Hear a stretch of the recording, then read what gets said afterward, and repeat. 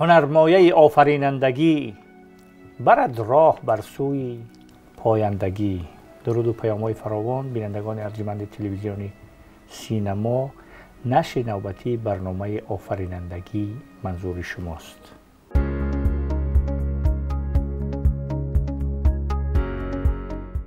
در صحبت امروز با حضور شاعر توانا و دانشمند ادبیات شناسی معروف ملی استاد بهروز ذبیح الله یک صحبت میکنیم در اطراف مسئله های اجتماعی در شعر حافظ.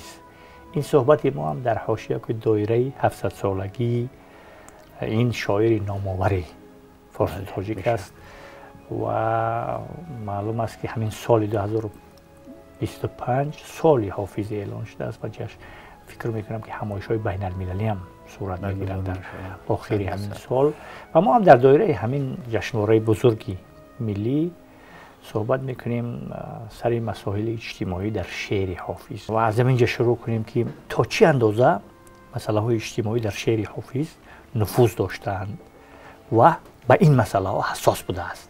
خواجه حافظ تشکر و سپاس برای دعوت. عموما ادبیات از اجتماعیات جدا نیست و ادبیات تنها منبر است که مسائل اجتماعی بشری رو مطرح کرده است. بنابراین ما وقتی که درباره چه حافظ، چه سعدی باشد، چه نظامی باشد و هر شاعر و متفکر و مصلح اجتماعی که سخن گوییم، حتما آثار او، اشعار او، غزلیات او در هر ژانری که گفته باشد او در آنجا مسائل اجتماعی مطرح است. خب دو بخش است، یکی معنویات است که ادبیات خودش یک قسمتش بیان معنویات است و دوم اخلاقیات است و سوم همین اجتماعیات. اینا در ارتباط یکدیگر هستند.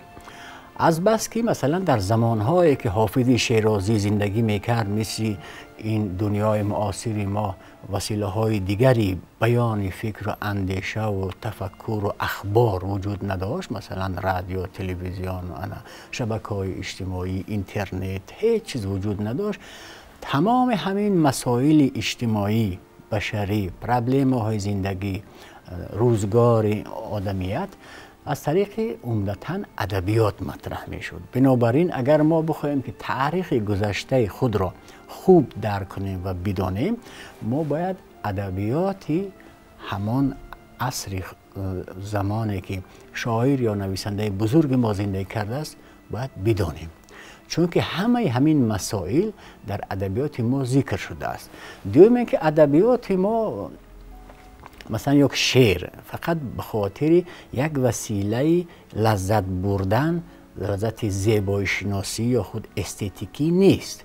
این شعر یک شکلی بیان اندیشه بوده است.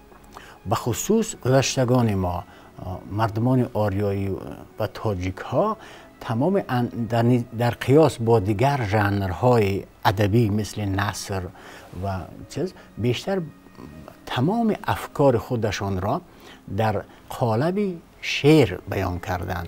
حالا مثلا غزل است، قصیده است، مدحیه است، مخمس است، مثنوی است، در شکل‌های گوناگون. و یعنی شعر وسیله لذت بخشی فقط روحانی نیست. در این شعر ما تاریخ ما نهفته است و نمونه برجسته آن همین شاهنامه فردوسی است که تاریخ 6000 ساله ما در همین شاهنامه به واسطه چی شعر و مثنوی درج گردیده است. و بعد از آن همین قیاس و همین نسبت هم به حافظ هم دخل دارد و بسیارا گمان میکنند که شاید مثلا حافظ غزلسرای بسیار معروف ما هست و این معروفیتش و اعتبارش به خاطر مثلا جنبه های زیبایی شناسی و استتیکی و هنری است که در غزل اون هفته است و معروفیت او هم در همینجا ختم می شود. این درست نیست، بلکه محققانی که تحقیق کردن به این نتیجه می رسند که در برابر وجود این خصوصیت های خاص، مثلا مهارت شاعری خاص و برجسته حافظ، لذت بخشی استتیکی خاصی که در غزلیات او هست، یا که تأثیر بخشی روحانی و معنوی که در شعر و غزل حافظ هست که اینا همه قبول دارن، همه بزرگان و محققان حافظ این جنبه ها رو قبول دارن، اعتراف کردن و تحقیق هم شده است. بزرگترین جنبه ماندگاری شعر حافظ را مسائل سیاسی و اجتماعی و فلسفی است که حافظ بیان کرده است و این مسائل یعنی عصر خودش رو بیان کرده است و هدفش هم همین بوده است. بله. البته او جنبه هنری هست، لیکن توسط جنبه هنری، بله. که جلوه های هنری، جنبه های هنری روبینای یک اثر هستند. هر اثر یک هدفی دارد، یک موضوعی دارد. طبیعتا هر شخصی در هر عصر زندگی میکند، وقتی یک اثر ایجاد میکند اون با هدفی، اولین هدفش این است که پرابلم و درد عصر خودش را بیان کند و حافظ هم همین کارو کرده است و همین کارو در قالب غزل کرده است.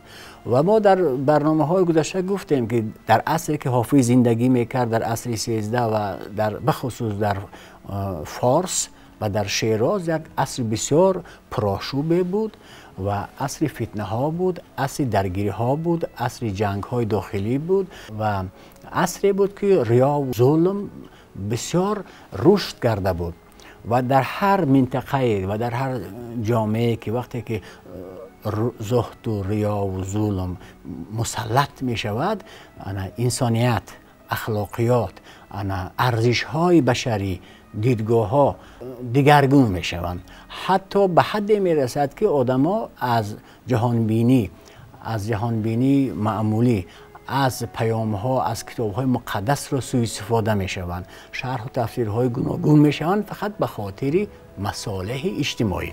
بنابراین با یک کلام حافظ در شعر خود توانسته است که بسیار به نازکی تمام مسائل مبرمی که در آن زمان زندگی میکرد بیان دارد.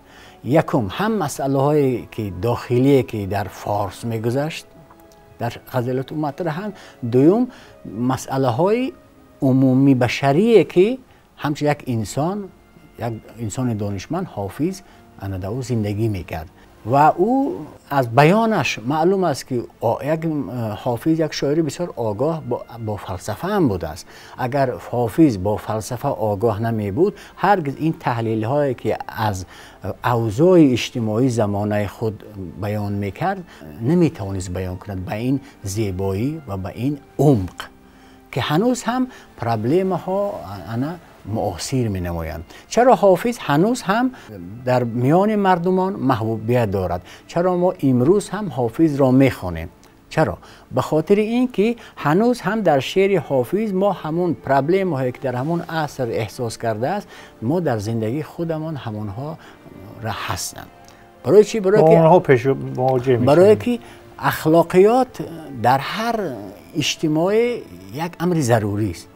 مثلا چه انسانی که همزمان افلاطون و ارسطو بوده باشد، جامعه انسانی به اخلاقیات نیاز دارد، چه کسی که در عصر 10 و 13 و 15 و عصر 21 زندگی کند، یعنی جامعه بشری به اخلاقیات نیاز دارد، به معنویات نیاز دارد و به فرهنگ نیاز دارد. اینا اصل و اصولی هستند که جامعه بشری را می سازند.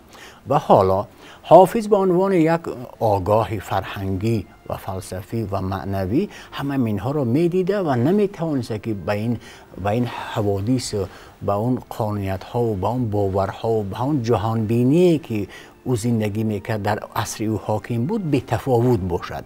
یعنی غزل حافظ نقد بر جهانبینی روزگار خود، حاکم بر زمانه خود و بر جهانبینی رفتارهای اجتماعی است که همزمانان او صادر میکردند و حافظ شاهدی همه حادثه بود. بنابراین کنیش واکنش میکرد طریق غزل. بنابراین او طبیعتاً واکنش نشان میداد. بنابراین محققان حافظ او را یک مصلح اجتماعی، یک اصلاحاتگر خواندند. کسایی که در عمق غزلیات حافظ فرو رفتند دیدند که چگونه حافظ در پرده‌های حریر زیبای شعر چه مسائل نازک اجتماعی را گفته است و سروده است، حیرت زده میشوند. دوم، در زمان مبارزه دین نام داشت، پادشاه صفاک و ظالمی که بسیار تندخویه که او را محتسب نام دادند. بعد همین دلیل زهد و ریا را در فارس رایج کرد و آزاداندیشی را سرکوب کرد. حافظ دیگه باید یک کاری میکرد که در مقابل همین گونه سیستم و همین گونه شخصیت به طور بیان میکرد که هم خودش در امان میبود، هم مردم را آگاه میکرد. بنابراین همین ابیات پیچیده با ابهام و با ایهام و با کنایه و با طنز اما درد جامعهش را سروده است. برای مثال وقتی که غزل حافظ میخوانیم در اونجا مثلا زمان فتنه انگیز، تعبیرهای فتنه انگیز، شور و شر، محتسب تیز است، ریز، این کلمه ها این بیانگر همون اوضاع سیاسی همون شیراز تصویر میکنند. مثلا این غزلش، اما روش بیان توجه کنید شما. اگرچه باده فرح بخش و باد گلبیز است، به بانگ چنگ مخور می که محتسب تیز است. بسیاری ها مقام کردند که محتسب وقتی میگه همون مظفرالدین صفاک رو در نظر دارد. بعد میگه صراحی و حریف گرد به چنگ افتد، به عقل نوش که ایام فتنه انگیز است. این تصویر از زمانه زندگی حافظ و عصر حافظ است. اما ببین با چی تعبیرها بیان میکند که اینا هم اوضاع اجتماعی را به ما میرسانند، هم یک لذتی معنایی استتیکی به خواننده میدهند که اینا کهنه نمیشوند.